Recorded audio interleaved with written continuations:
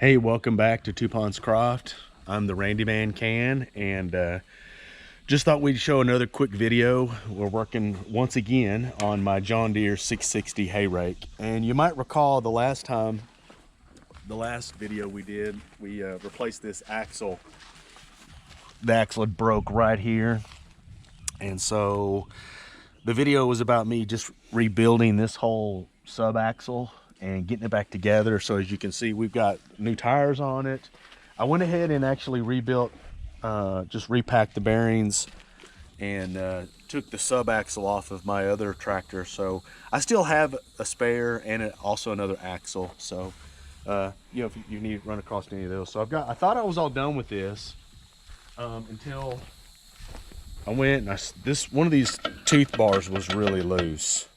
And if you look over here, now I'm gonna, if you look inside here, come over here on this side, you'll see what it had done. It had eaten up a hole. It watered out the hole is what it did.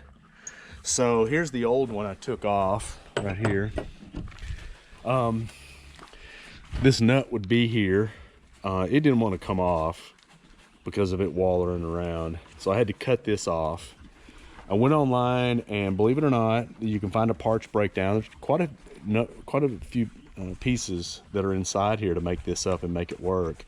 But I wasn't having much success finding these parts. I mean, I could find maybe the rod or the stud, but it sure was expensive. So I decided I would just take one off of my parts rake, and that's what we've done. So as you can see, I've got new bolts. I've got it tight.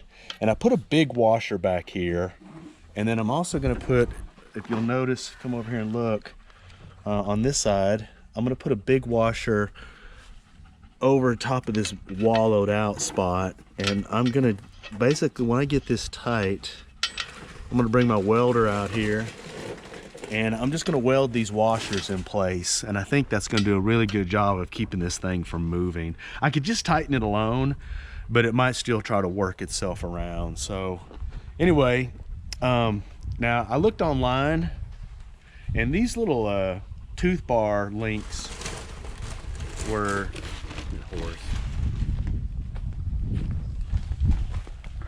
Get back, Patches.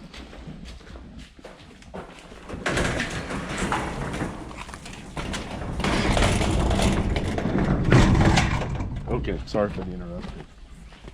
Anyway, these little tooth bar end links are like used well over $100 in a lot of places. You might could find them cheaper, and I thought, well, man, how come they're so high? Until I had to spend like 4 hours trying to get that nut off, and heat and soak and just a lot of patience till I finally got the nut off. So I can understand now why they are over $100 a piece. But anyway, it's done. I still have like 6 left as backups if I ever lose another one. So I'll tighten this up, then I'm gonna weld it. I'm gonna bring my welder, and this will be fixed. And hopefully, I got a few teeth to replace, which just go to Tractor Supply, and they're like $3, something like that. So anyway, that is it for this.